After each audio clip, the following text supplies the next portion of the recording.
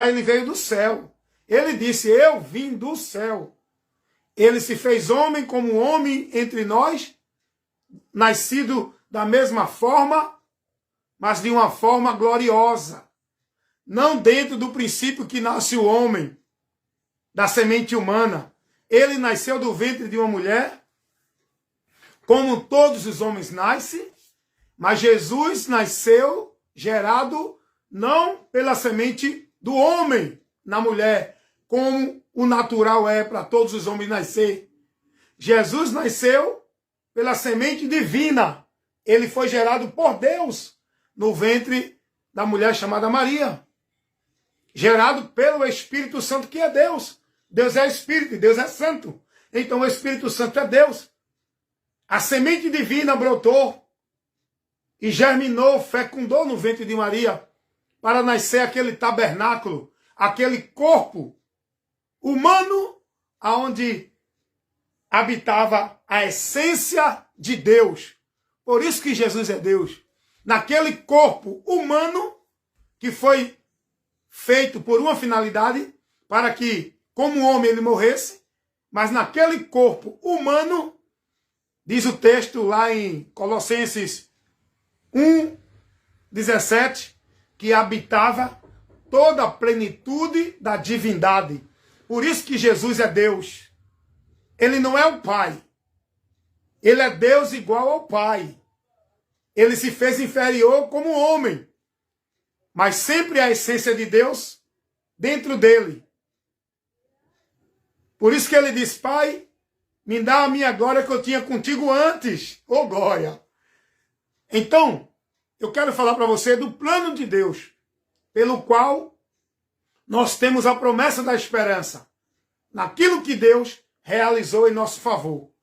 O ser humano, a criatura especial de Deus, que Deus deu a ele, é um ser pensante, é um ser consciente, é um ser com liberdade de escolha, é um ser que tem liberdade para tomar decisões, é um ser soberano. Deus deu ao homem a soberania. Quando Deus criou, disse, domine sobre tudo. Deus criou tudo e depois colocou o homem para dominar sobre tudo. O homem é soberano. Dentro do limite que Deus deu a ele. O homem, ele tem o poder de decidir e escolher. O homem, ele é um ser pensante. Penso, logo existo. O homem é um ser consciente. Ele tem consciência. Ele tem consciência de existência. Ele tem consciência de passado, presente e futuro. O homem tem essa noção. Eis aí a questão pela qual o homem vai ser responsável diante de Deus. Irá a juízo. Sofrerá as consequências das suas decisões. Mas eu não quero falar sobre isso. Eu quero falar sobre o amor desse Deus Pai manifestado no Filho que também é Deus. O amor de Deus Pai manifestado através do Filho, que é Deus porque veio do Pai. Logo o Pai é Deus, o Filho é Deus. A mesma essência. Deus por quê? Porque tem a mesma essência da divindade. É divino. É eterno. É soberano, é poderoso. Ele é Deus também. Então vamos lá. Deus criou todas as coisas. Mas a criação especial de Deus é o homem, ser humano.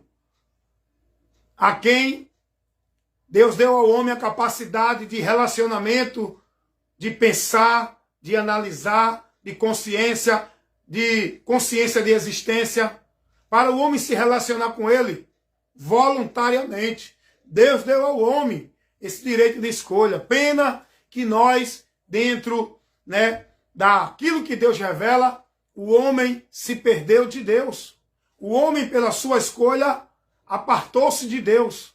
Porque Deus deu ao homem a orientação, advertindo, instruindo o homem para manter-se na vida com ele, mostrando ao homem que tinha outra direção. Se ele seguisse, ele perdia a comunhão com Deus, ele perdia a vida com Deus. E foi isso que aconteceu. O homem, dentro da sua escolha, o diabo veio influenciá-lo, a tentá-lo no seu desejo. E Deus permitiu. Por quê? Porque o homem tinha a liberdade de escolha.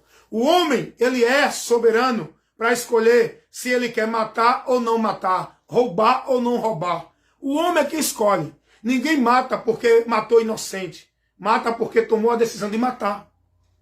Tá entendendo? Ele quis matar. Ele sabe que matar não é certo. Ele sabe que roubar não é certo. Ele sabe que se prostituir não é certo. A consciência dele acusa. Ah, mas ninguém me avisou. Não, nós temos uma consciência. Não tem essa questão, mas você não é crente, você não sabia de nada, você estava morto sem entendimento de Deus. Não. O homem tem a consciência. O tribunal que acusa o homem é aqui, ó. A consciência do homem. A Bíblia vai dizer, sendo judeu ou grego, com lei ou sem lei, mas o que vai lhe pesar é a lei da consciência. Lá em Romanos capítulo 2. A palavra de Deus nos revela tudo que nós precisamos conhecer. E a partir daí, o homem, dentro da sua consciência, ele sabia que era errado seguir aquela direção que Deus disse que ele não seguisse. Porque Deus mostrou a ele qual era a consequência que ele ia receber se ele seguisse aquela direção. Deus mostrou a ele. Mas o homem agora decidiu tomar uma atitude que foi de encontro à palavra, à ordenança do seu Criador. Deus ordenou, como Criador e Senhor, aquele que pode determinar, estabelecer regras, leis, princípios.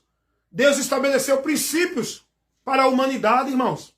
Deus não criou a humanidade e disse assim, cada um siga por caminho que quiser. Cada um venha buscar a mim, viva por fé em mim, por onde quiser, pelo caminho que quiser. Todo mundo tem que ter a sua fé em mim, o importante é ter fé em mim. Não!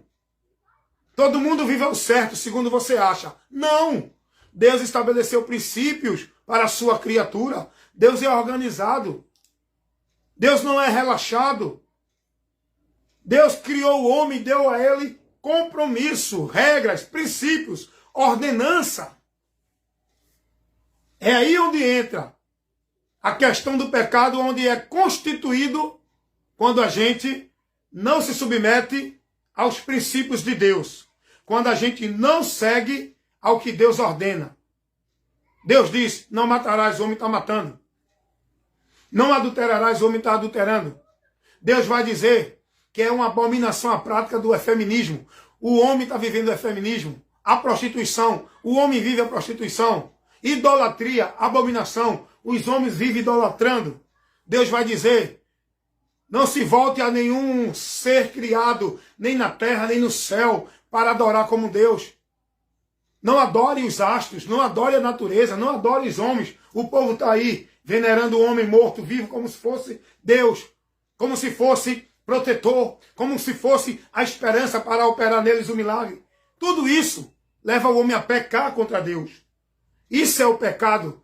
E o pecado, ele é constituído quando a gente toma uma direção, se conduz dentro de princípios e de conceitos que não é o de Deus. Deus não disse, se você cortar o cabelo, vai para o inferno. Isso não tem nada a ver, isso não está dentro de um princípio para afastar o homem de Deus. Deus não disse, se você, a mulher, usar brinco, vai para o inferno. Não. Deus não disse, se você não guardar o sábado, vai... Não. Deus não disse isso. Alguém pode até chegar e dizer, mas irmão Hélio, o sábado está nos 10 mandamentos. Mas eu não estou querendo debater isso. Eu debato aqui o que Jesus ensinou, pronto. O sábado foi algo que Jesus ensinou, que não é para o homem idolatrar. Que o sábado é para servir o homem, não é para o homem servir o sábado. E há quem é maior do que o sábado. Jesus é maior do que o sábado. Tanto é que ele não mandou ninguém nem guardar o sábado, nem deixar de guardar. Ou guarde ou deixe de guardar, salvação só há em Jesus. Não é guardando o sábado, nem deixando de guardar. Se você guarda o sábado ou não guarda, isso não tem nada a ver com a tua salvação. Está entendendo? A salvação é por meio de Cristo. Então